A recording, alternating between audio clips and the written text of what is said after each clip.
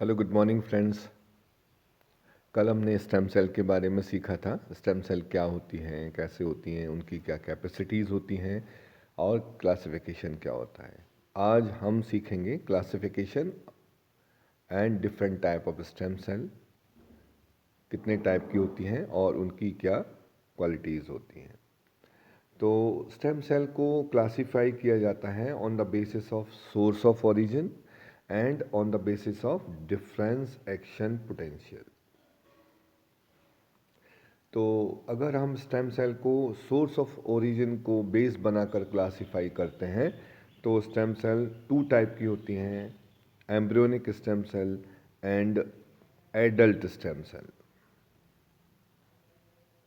और अगर हम डिफरेंस एक्शन पोटेंशियल को बेस बनाकर स्टेम सेल का क्लासिफिकेशन करते हैं तो स्टेम सेल फोर टाइप्स की होती है: totipotent stem cell, pluripotent stem cell, multipotent stem cell and unipotent stem cell. अब यहाँ पर हमें ये जानना बहुत ज़रूरी है कि ऐसे नाम क्यों दिए गए, टोटिपोटेंट, मल्टीपोटेंट, यूनिपोटेंट, प्लूरीपोटेंट।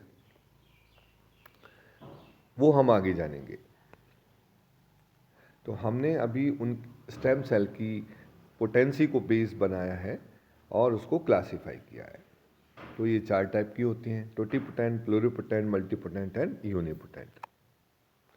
अब हम सीखेंगे टोटिपोटेंट स्टेम सेल के बारे में कि टोटिपोटेंट स्टेम सेल क्या होती हैं और इन्हें नाम टोटिपोटेंट क्यों दिया गया है। जैसा कि इनके नाम से पता चलता है, टोटिपोटेंट मतलब टोटल पोटेंट, ऐसी स्टेम सेल जिनकी कैपेबिलिटी होती है to produce all cell type, जो सभी तरह की सेल बना सकती है, टोटल तरह की सेल बना सकती है। इसलिए इनका नाम दिया गया है टोटिपोटेंट स्टेम सेल।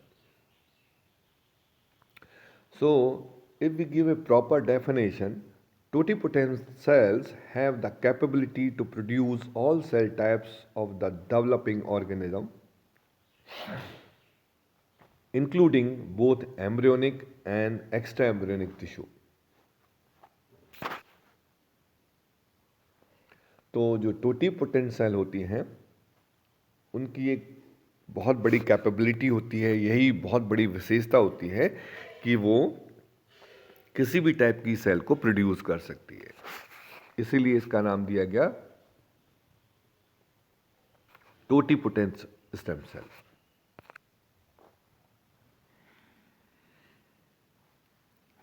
अब हम पढ़ेंगे pluripotent stem cell. Pluripotent pluripotent stem cell हम अगर टोटिपोटेंट स्टेम सेल से डिफरेंशिएट करें तो हम ये पाएंगे कि टोटिपोटेंट स्टेम सेल सभी तरह की सेल बना सकती है, embryonic as well as extra embryonic.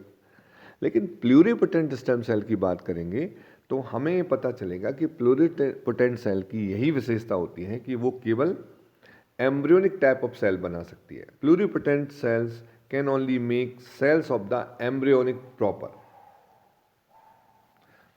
Pluripotent cell can only make cell of the embryo proper. Extra embryonic cells नहीं बना सकती।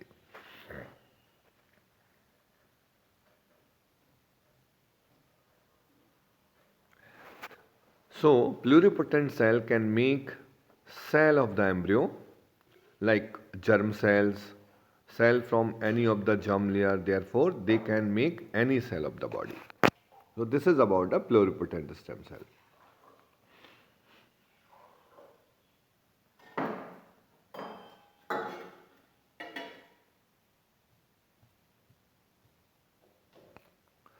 Now we will learn about the multipotent stem cell.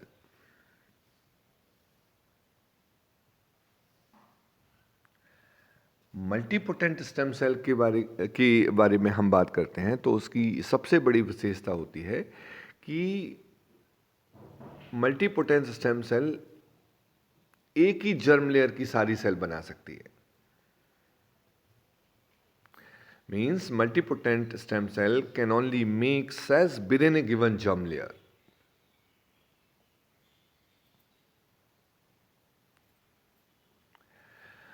If I would like to give example, multipotent stem cell form a mesodermal tissue like the blood can make all the cell of the blood.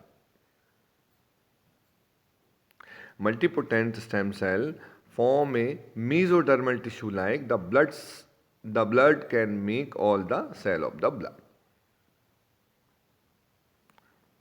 But cannot make cell of a different germ layer like neural cell or liver cell, which develop from the ectoderm and endoderm.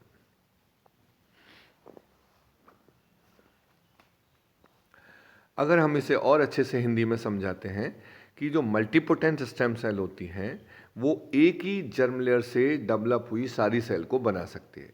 जैसे कि mesodermal tissue से blood develop होता है तो ये blood की सारी cell बना सकती है, white blood cell, red blood cell, platelets, but ये नर्वस टिश्यू नहीं बना सकती। उसका कारण है कि जो न्यूरल टिश्यू होता है, न्यूरल सेल्स होती है, वो एक्टोडर्म से डेवलप होती है और लिवर सेल एंडोडर्म से डेवलप हो सकती है। तो मल्टीपोटेंट स्टेम सेल केवल एक ही जर्म लेयर की सारी सेल बना सकती है।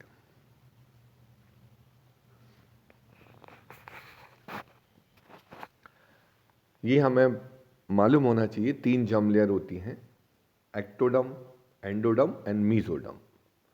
तो मल्टीपोटेंट स्टेम सेल किसी एक जर्म लेयर की सारी सेल बना सकती है।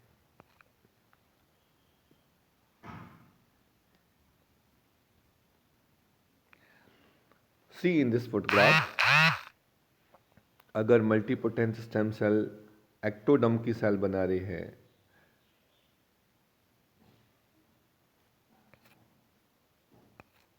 तो वो जैसे न्यूरल सेल डेवलप कर रही है तो वो केवल नर्वस न्यूरल सेल ही डेवलप करेगी। अगर मल्टीपोटेंट सेल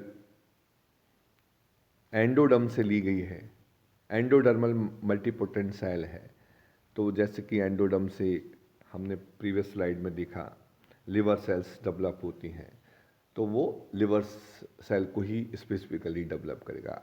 एंडोडर्म लेयर की सारी सेल्स को डेवलप कर सकता है, लेकिन दूसरे जर्म लेयर की किसी भी सेल को डेवलप नहीं कर सकता। अब हम आगे चलते हैं unipotent stem cell. Unipotent stem cell makes cell of a single cell type. तो how we can differentiate unipotent stem cell from multipotent stem cell? जैसा कि अभी हमने जाना, मल्टीपोटेंट स्टेम सेल एक जर्म लेयर की सारी सेल को डेवलप कर सकता है, लेकिन यूनिपोटेंट सेल केवल एक ही सेल को डेवलप कर सकता है। ये एक जर्म लेयर की सारी सेल को भी डेवलप नहीं कर सकता, वो केवल एक ही सेल को डेवलप कर सकता है। जैसे कि अगर यूनिपोटेंट सेल से स्पर्म डेवलप हो रहा है तो वो केवल स्पर्म ही डेवलप कर पाएगी। एग डेवलप हो रहा है तो एग ही डेवलप कर पाएगी। ऐसा नहीं है स्पर्म के साथ साथ वो एग भी डेवलप कर दे, नॉट पॉसिबल।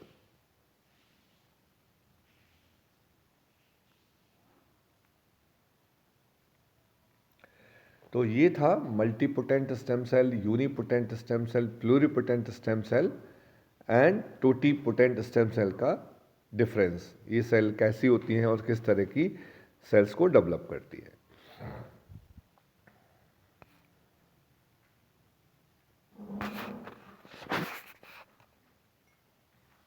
देखिए, टोटीपोटेंट सेल होती है वो किसी भी टाइप की सेल को डेवलप कर सकती है। प्लूरिपोटेंट होती है वो एम्ब्रियोनिक टाइप की स्टेम सेल को डेवलप कर सकती है। मल्टीपोटेंट होती है वो एक जर्म लेयर की सारी सेल को डेवलप कर सकती है, और यूनिपोटेंट होती है वो केवल एक स्पेसिफिक सेल को ही डेवलप कर सकती है।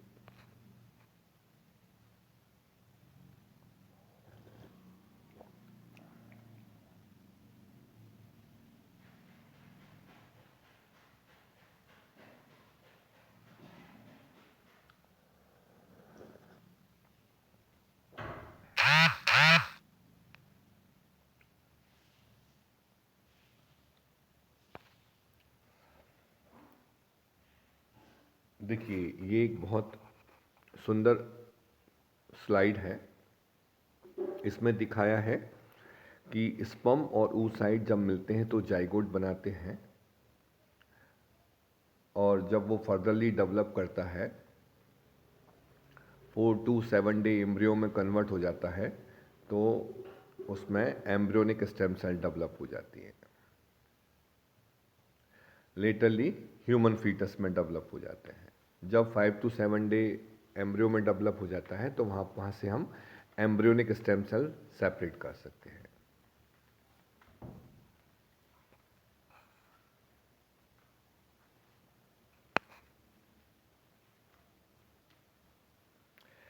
ये डायग्राम अगेन सेम इंफॉर्मेशन दे रहा है। टोटिपोटेंट स्टेम सेल होती है, वो किसी भी तरह की सेल को डेवलप कर सकती है। प्लूरिपोटेंट स्टेम सेल होती है, वो एम्ब्रियोनिक टाइप ऑफ सेल को डेवलप कर सकती है, एक्स्ट्रा एम्ब्रियोनिक को नहीं डेवलप कर सकती।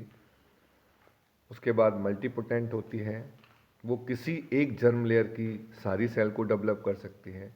और यूनिपोटेंट सेल होती है, वो एक स्पेसिफिक सेल को डेवलप कर सकती है।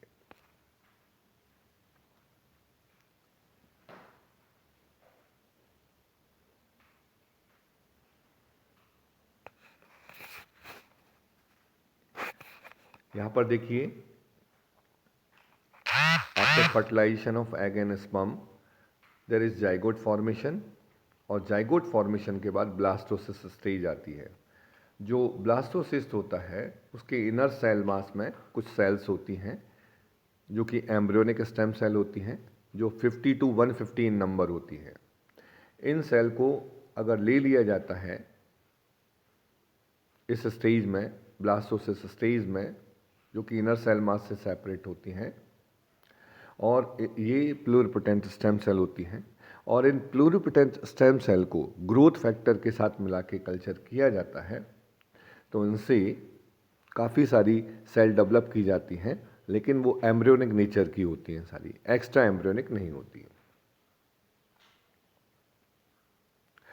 And furtherly in development path, these pluripotent cell can be converted in multipotent stem cell, and these multipotent stem cell develops different cell from the same germline. So this is really very informative slide. So thank you friends. Next lecture में हम पढ़ेंगे embryonic stem cell के बारे में. Thank you so much.